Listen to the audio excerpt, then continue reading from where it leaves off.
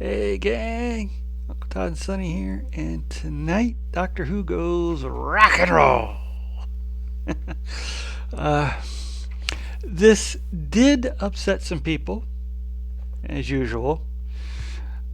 I think mainly because of the person playing the villain, the Maestro, who was played by Jinx Monsoon, a drag queen that won, I believe, the sixth season of RuPaul's Drag Race. Very popular entertainer in England. And I can see how this would upset people because some people just got nothing else in their life but to be upset by things that they don't find proper. Anyway, we open in 1925, where a music teacher is teaching a student named Harry Binger. And he asks him about the infamous Devil's Tritone. Those of you not familiar with it, it is a chord that is considered to be evil from the way it sounds. If you've ever seen the original Wolfman from Universal, the opening of the title starts with the Devil's Tritone.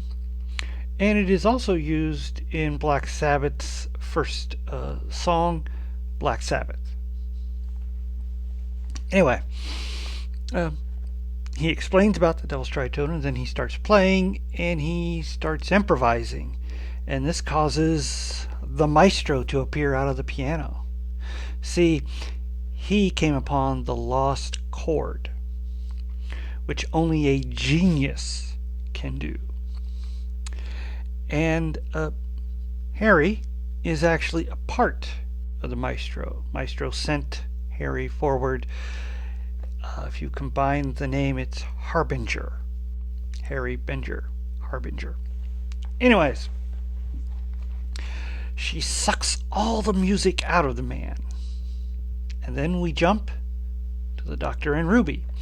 And Ruby, her mom loved the Beatles. Well, her adoptive mom loved the Beatles.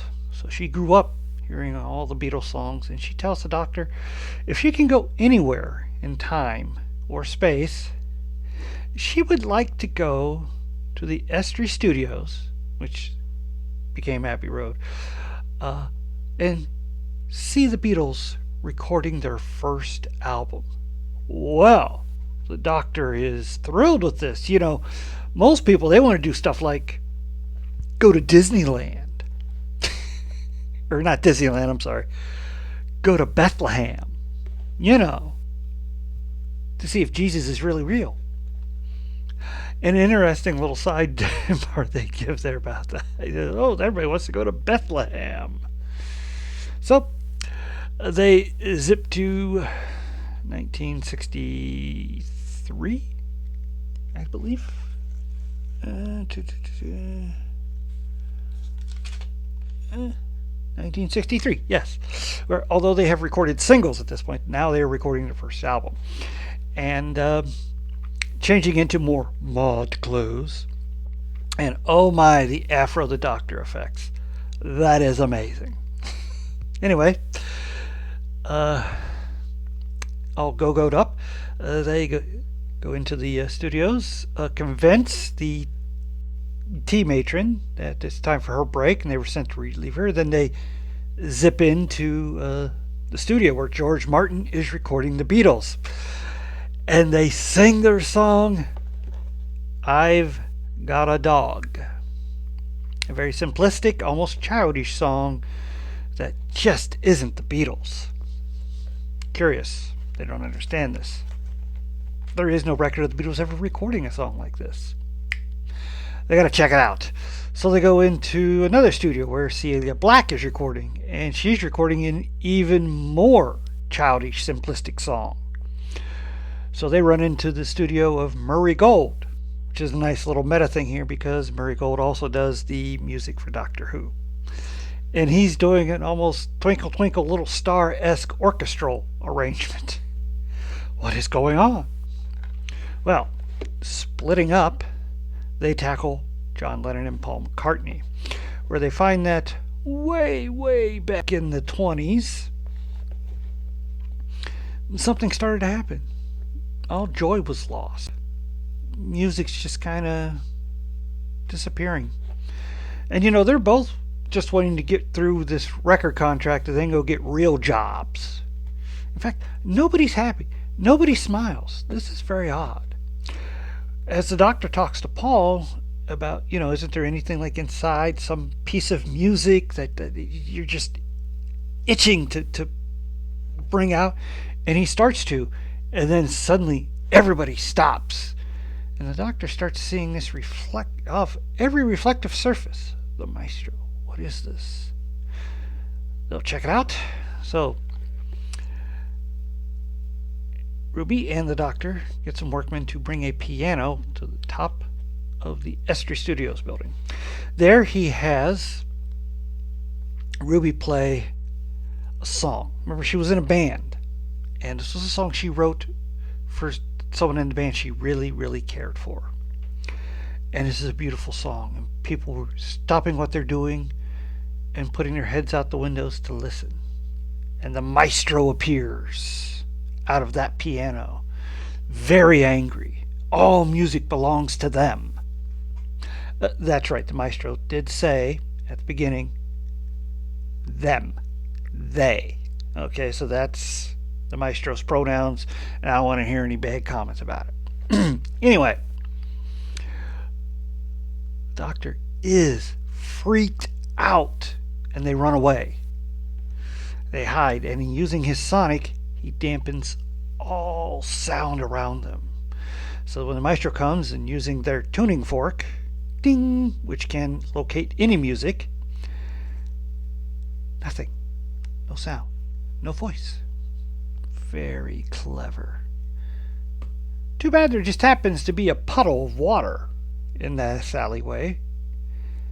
And hitting the tuning fork and putting it in the water causes so much vibration it breaks the sonics, and they can hear again. It looks like it's up for them, but lucky for them, unlucky for someone else, they pull out their old piano and start playing, which draws the Maestro, who we don't know what happens. All we see is the Maestro go to the window, give us all a wink, and then pull the shades down, and we just hear screaming. The doctor is convinced this is something he can't handle. This is an interdimensional being. It's too dangerous. So he takes Ruby back to her time, 2024, or well, technically 2023, and it's a desolate wasteland. The entire earth just dead. All you can hear is just this little whistling wind go by. Without music, without joy, without invention and creativity, Earth just died. The population just gave up. And the Maestro appears. They know who the doctor is. You know why? The Maestro is a child of the celestial toy maker. And the Maestro plans that they will go on throughout the universe, planet to planet, population to population, and take all the music until there is just this left, the beautiful sound of desolation as the wind chimes through. Well, this looks bad. The only way to stop the Maestro is to find the lost chord, and only a genius can do that. And no matter how clever the doctor is, he's not a genius. And then the doctor pulls his trump card. Rules. fair play. If the Maestro is of the same as the toy maker, they must abide by those rules and fair play. So they have to go back to 63. And there we have a major battle where the Maestro can actually control music, make it physical, and has the Doctor is going into a studio to try and figure out the lost chord. Music grabs Ruby and pulls her into the big recording room of the orchestra. And the Doctor follows. His sonic is zapped by the Maestro. You can't do that twice. And the Maestro starts to pull the music out of Ruby. And then this huge choral rendition of, I can't remember which Christmas song. It was a Christmas song. That is just so powerful. No, how could one person contain that much? It's not right.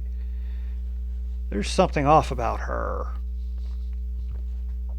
Then the Doctor, he pulls in the piano that the Beatles played all their big hits on, and he starts working out the lost chord, and he's doing a pretty good job until he hits the last note and it's wrong. Ha ha ha! The Maestro sends the piano out into the hallway and pulls the Doctor into a drum and Ruby into a cello case, and they're going to suffocate and die. And who should happen upon that piano with the notes floating over it? John Lennon. And he looks at it. That is interesting. He thinks he could maybe figure it out. But he can't hit it by himself. Luckily, Paul's there. And together, they hit the final note in the lost chord, causing the Maestro to be sucked back into the piano. But before they go, they let the Doctor know that he who waits is near. Ooh. And then we get a huge musical montage. The Beatles, Celia Black, Murray Gold, go-go dancers, they're all just having a blast, singing and dancing. The world is saved. Except off in the corner, Harbinger is still around. Pretty good episode. I loved it. I'm always a sucker for musical based things, especially when you got something like the Beatles. And I like the little caveat that the Doctor, smart as he is not a genius, which I can go along with, because I remember when Romana joined the TARDIS back in the late 70s, early 80s, she actually was smarter than the Doctor. He just had more experience traveling. So, but that was probably one of my favorite team-ups. It was the Doctor and Romana with K9. Anyway, Lennon and McCartney, they are geniuses. They're the Beatles. I like that. Oh, Jinx Monsoon. This is the kind of villain I look forward to when I'm watching something.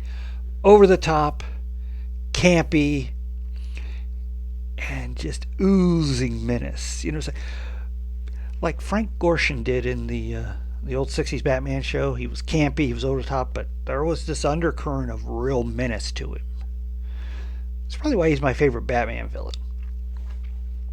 But I love the mod outfit, the go-go boots and the Doctor's afro. Oh, that was great. And I like that he was scared. This is something he's not sure he can defeat, but he's got to do it. And I also like the whole thing about how we, as living beings, need to be creative. If we are not creative and do things that enjoy and that people enjoy and that, feelings and all that, we just slowly wither away. And I kind of believe that myself. I mean, why do we create art? It's a part of us that we need to be creative. Some are more creative than others. I myself am a little iffy in my creativity. If you've seen past videos, still trying to be creative. Yeah, great episode. The next one looks to be really interesting. Hopefully, I will get caught up before, so that I'm not 1 week behind all the time. But for this one, yeah, big thumbs up. Please hit like, share, and subscribe. And I'll see you next time.